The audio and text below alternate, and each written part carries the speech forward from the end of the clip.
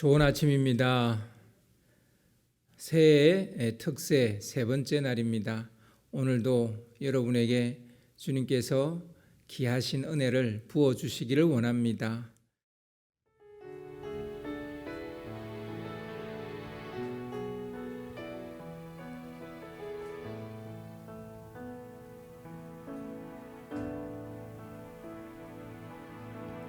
내가 엄마 품속에서 고통 중에 태어났지만 나를 구원하신 하나님, 날 택하시고 존귀케 하셨네. 내 평생에 여호와를 섬기며 그 말씀만 따라 살아가리. 주의 집에 나 항상 거하리니.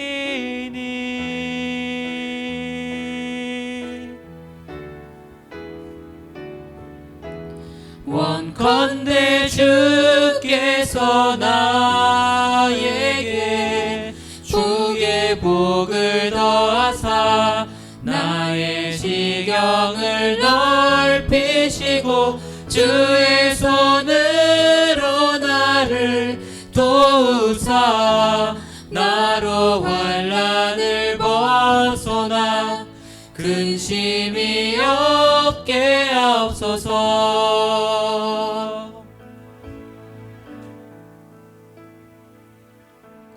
내가 엄마 품속에서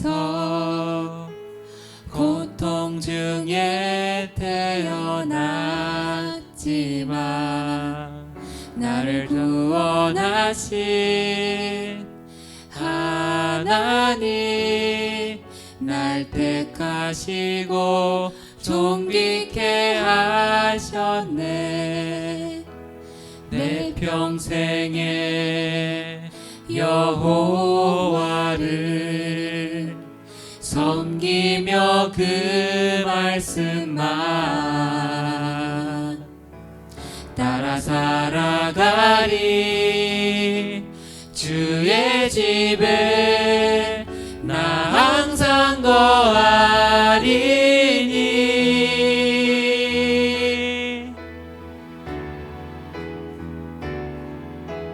원컨대 주께서 나에게 복에 복을 더하사 나의 지경을 넓히시고 주의 손으로 나를 도우사 나로 환난을 벗어나 근심이 없게 하옵소서.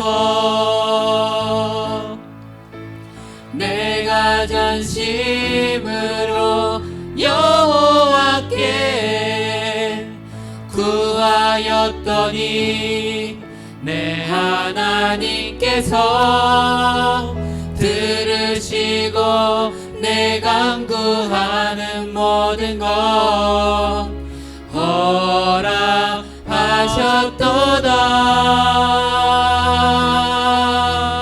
원컨대 주께서 나에게 복에 복을 더하사 나의 지경을 넓히시고 주의 손으로 나를 도우사 나로 환난을 벗어나 근심이 없게 하옵소서. 나의 구원 주님이여.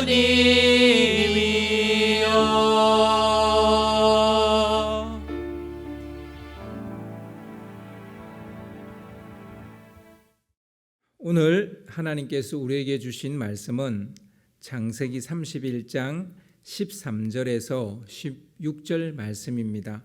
창세기 31장 13절에서 16절 말씀입니다. 제가 봉독하겠습니다. 나는 베델의 하나님이라. 내가 거기서 기둥에 기름을 붓고 거기서 내게 서원하였으니 지금 일어나 이곳을 떠나서 내 출생지로 돌아가라 하셨느니라. 라헬과 레아가 그에게 대답하여 이르되 우리가 우리 아버지 집에서 무슨 분깃이나 유산이 있으리요. 아버지가 우리를 팔고 우리의 돈을 다 먹어버렸으니 아버지가 우리를 외국인처럼 여기는 것이 아닌가. 하나님이 우리 아버지에게 취하여 가신 재물은 우리와 우리 자식의 것이니 이제 하나님이 당신에게 이러신 일을 다 준행하라. 아멘. 합심이 복이다라는 제목으로 같이 말씀을 나누겠습니다. 야곱의 가정사는 현대판 사랑과 야망이라 해도 과장이 아닐 겁니다. 야곱은 평생 한 여자만 사랑했습니다. 하지만 야고보의 이 수뇌보와 달리 그를 둘러싸고 있는 상황은 다르게 흘러갔습니다. 야곱은 라헬을 사랑했고 그녀와 결혼하기를 원했습니다. 그녀를 얻기 위해 14년을 죽어라 일을 했습니다. 진정한 순정파죠. 실은 라반의 탐욕이 야곱의 가정사를 복잡하게 만들었다 해도 틀리지 않을 겁니다. 라반은 노동력이 필요했고 그 노동력을 확보하기 위해 자기의 두 딸을 활용한 겁니다. 한마디로 라반은 야곱의 순정을 이용한 것이죠. 야곱은 라헬을 아내로 맞이하는 줄 알고 신혼 첫날 밤을 보냈는데 아침에 보니까 라헬이 아니고 레아가 침소에 들어온 겁니다. 조명이라는 것이 없는 시대니까 야곱은 레아인지 라헬인지 분간하지 못했던 겁니다. 침소에 든 레아도 말이 없었고 라헬도 이렇게 돌아가는 상황에 의견을 내지 않았습니다. 레아와 라헬은 아버지의 권위에 눌려 입도 뻥긋할 수 없었던 것 아닌가 싶습니다. 결국 야곱의 첫 아내는 라헬이 아니라 사랑하는 여인 라헬이 아니라 레아였습니다. 라반에게 쏘은 야곱은 당장 찾아가서 따졌습니다. 외삼촌 라반은 밧단 아람 사람들의 풍속이 그렇다면서 달랬습니다. 라반은 야곱에게 7년을 더 일해준다면 7일 후에 라헬도 아내로 주겠다라고 약속을 합니다. 야곱이 원하는 것은 라헬이었기 때문에 라반의 이 제안을 받아들입니다. 졸지에 라반의 술수에 휘말려서 야곱은 아내가 2명이 되고 말았습니다. 야곱은 2 아내가 생겼지만 결혼 후에도 여전히 라헬을 더 사랑했습니다. 레아만 참 불쌍하게 되었던 거죠. 사랑해 주지 않는 사람과 결혼을 했으니까 말입니다. 하나님은 그런 레아를 불쌍히 여기시고 그녀의 태를 열어주었습니다. 레아가 임신하여 르우벤을 낳았는데요. 르우벤이라는 이름의 뜻은 여호와께서 나의 괴로움을 돌아보셨으니 이제는 내 남편이 나를 사랑할 것이다, 이런 뜻입니다. 그러나 야곱은 이 레아의 이 소망과 소원과 달리 여전히 레아를 사랑하지 않았고 아직도 라헬을 더 사랑했습니다. 결국 레아는 아직도 아들을 하나 낳았지만 아직도 남편의 사랑을 얻지 못했습니다. 레아가 다시 둘째를 낳았는데 이름을 시므온이라 지었는데요. 그 뜻은 여호와께서 내가 사랑받지 못함을 들으셨으므로 아들을 주셨다, 이런 뜻입니다. 레아는 다시 셋째를 낳았는데 그 이름을 레이라고 지었습니다. 새 아들을 낳았으니 내 남편이 지금부터 나와 연합할 것이다 라는 그런 소망을 담고 있습니다. 레아는 계속 남편이 계속 이런 말을 씁니다. 남편이 나를 사랑할 것이다. 남편이 나와 연합할 것이다. 뭐 이런 말을 계속 한다는 것은 계속 남편의 사랑을 받지 못하고 있는 거죠. 레아는 다시 아들을 낳았는데요. 이름을 유다라 불렀습니다. 남편의 사랑은 걸렀고 그냥 자기를 돌아보신 하나님을 찬양한다, 이런 뜻으로 이름을 지었습니다. 그래서 유다라는 이름은 약간의 이제 포기가 들어가 있는 거죠. 한편 아들을 낳지 못한 라헬은 아기를 많이 낳은 언니 레아로 인해서 시기심이 불타올랐습니다. 그래서 경쟁은 불행을 낳고 파국으로 치닫게 하는 겁니다. 지금 레아도 불행하고 라헬도 불행한 거예요. 라헬은 남편의 사랑을 받았지만 아기를 낳지 못해서 너무너무 화가 나고 슬펐어요. 야곱에게 나로 하여금 자식을 낳게 하라, 그렇게 하지 않으면 내가 확 죽어버리겠다, 이렇게 짜증을 부립니다. 야곱은 이런 라헬을 어째서 좋아하는지 저는 잘 모르겠습니다. 하지만 야곱도 이제 이런 말에는 조금 화가 났어요. 그래서 라헬에게 화를 내는데, 그대를 임신하지 못하는 게 그게 하나님이거늘 내가 어찌 하나님을 대신하겠느냐라고 쏘아붙입니다. 라헬은 이 상황을 도저히 받아들일 수가 없는 거죠. 그래서 큰 결단을 내립니다. 그게 뭐냐면 자신의 여종 비라를 자기를 대신해 남편의 침소에 들어가게 해서 자식을 만들려고 한다는 것입니다. 졸지에 야곱은 아내가 하나 더 늘고 말았습니다. 비라가 야곱의 침소에 들어갔었을 때 단이라는 아들을 갖게 되고 또 그 아들을 낳게 되죠. 단이라는 이름의 뜻은 하나님께서 내 억울함을 풀어주시려고 나의 호소를 들으셨다라는 말입니다. 이거는 라헬이 이렇게 이름을 붙인 거죠. 비라가 또 아들을 낳았는데요, 이름을 납달리라고 부르습니다. 그 뜻은요, 언니와 크게 경쟁하여 이겼다라는 뜻입니다. 그러니까 라헬이 얼마나 언니와 애 낳는 경쟁을 하려고 했는지 알 수 있죠. 비록 라헬은 자기 태로 낳은 아들은 아니지만 몸종을 통해 두 아들을 얻게 되어서 구겨진 체면을 살리게 됩니다. 이렇게 해서 남편의 마음이 언니 레아에게 가지 않도록 단단히 붙들어 두었던 겁니다. 레아는 힘들게 자기에게로 마음이 조금 기운 남편을 뺏길 수가 없었기 때문에, 그나마 조금 자기를 생각해 주는 그 남편을 뺏길 수가 없었기 때문에 이 레아도 자기의 몸종인 실바를 야곱의 아내로 주었습니다. 야곱은 두 여자의 사랑 싸움에 졸지에 아내가 4명이나 되고 말았습니다. 이렇게 보면 레아나 라헬도 라반과 크게 다르지 않은 족속들이라는 것을 알 수 있죠. 경쟁이 얼마나 치열한지 두 사람 사이에 불꽃이 튑니다. 실바가 야곱에게서 낳은 아들은 갓과 아셀인데요, 레아는 이 두 실바를 몸종을 통해서 얻은 이 두 아들에 만족하지 않고 라헬에게 자기 큰아들 르우벤이 구해온 합한 채를 가지고 거래를 합니다. 내 남편과 내가 오늘 동침한다면 이 합한 채를 주겠다, 이제 이렇게 거래를 하죠. 레아는 그래서 야곱과 잠자리를 다시 할 수 있게 되었는데요, 이때 이사갈과 서불론과 딸 디나를 낳게 됩니다. 레아는 자녀를 총 7명을 낳았어요. 그리고 비라와 실바는 각각 2명씩을 낳았습니다. 라헬만 자식을 낳지 못한 꼴이 되었습니다. 어느 면으로 보나 라헬은 언니 레아를 이기지 못했습니다.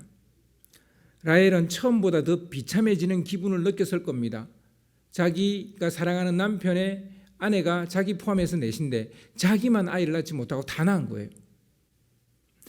그때서야 하나님께서는 정말 처참해져 있는 이 라헬을 돌아보사 그녀의 태를 열어줍니다. 그렇게 해서 낳은 아들이 바로 요셉입니다. 하나님이 내 부끄러움을 씻으셨다라는 그런 뜻입니다. 얼마나 자기 자신을 부끄럽게 생각했는지 알 수 있죠. 야곱은 본인의 의지와 상관없이 외삼촌의 욕심과 외삼촌의 두 딸의 사랑 싸움에 휘말려서 4명의 아내를 두었고 11명의 아들과 1명의 딸을 낳게 되었습니다. 겉으로 보기에는 적어도 그렇습니다. 그러나 이 또한 하나님께서 일하신 결과라는 것을 우리가 인정해야 됩니다. 이제 야곱은 자기가 원했던, 계획하지 않았던 하여튼 대가족이 생기게 된 거죠. 아내가 4명이고 자식이 12명이니까 대가족이 된 거죠. 그렇게 되면서 야곱은 마음이 더 초조해지기 시작했습니다. 아버지의 집으로 돌아가야 한다는 생각이 더 강렬해졌습니다. 하나님께서도 야곱에게 나타나서 고향으로 돌아가라 말씀까지 하셨습니다. 그런데 외삼촌 라반이 이 많은 노동력을 포기할 리가 없는 거죠. 이제 자기만 노동력이 아니라 자기 자식들도 다 노동력이 됐으니까 포기할 리가 없는 거죠.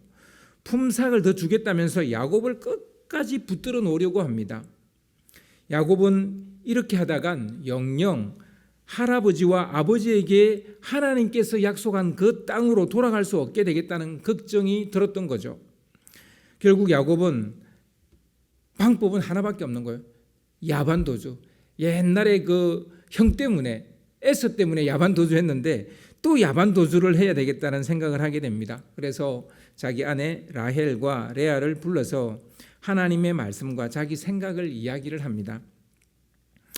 두 자매의 경쟁과 무모한 싸움을 야곱은 너무너무 잘 알고 있었기 때문에 이 말이 먹힐지 먹히지 않을지 자기도 의심스러웠을 겁니다. 그런데 생각지 못한 반응이 돌아왔습니다. 우리 생각도 아버지로부터 어떤 분깃도 유산도 받지 못할 것이라며 이 두 자매가 야곱의 뜻에 동의를 하는 거예요. 야반도주 합시다 그러는 거예요. 아버지는 우리를 팔고 우리의 돈을 다 먹어버렸고 우리를 외국인 취급한다고 그렇게 막 아버지에 대한 비난을 쏟아냅니다. 그러니 하나님께서 당신에게 이러신 일을 다 준행하라 이렇게 두 자매가 마음을 모으는 겁니다. 하나님이 당신에게 주신 재산을 우리 자식이 아니라 우리 아버지가 가져갈지 모른다면서 야곱의 생각에 손을 들어줍니다. 결혼 후 처음으로 서로가 마음을 모으는 일이 벌어진 거죠. 합심하여 하나의 뜻을 모으게 된 겁니다. 합심해서 협력하지 않는다면 야곱은 복의 사람으로 우뚝 서지 못했을 것입니다. 우리가 생각하는 그 믿음의 조상이 되지 못했을 것입니다. 여러분, 가족이라 할지라도 서로 생각이 다를 수 있습니다. 사랑하는 사람이라 해도 밉고 싫을 때가 있을 수 있습니다.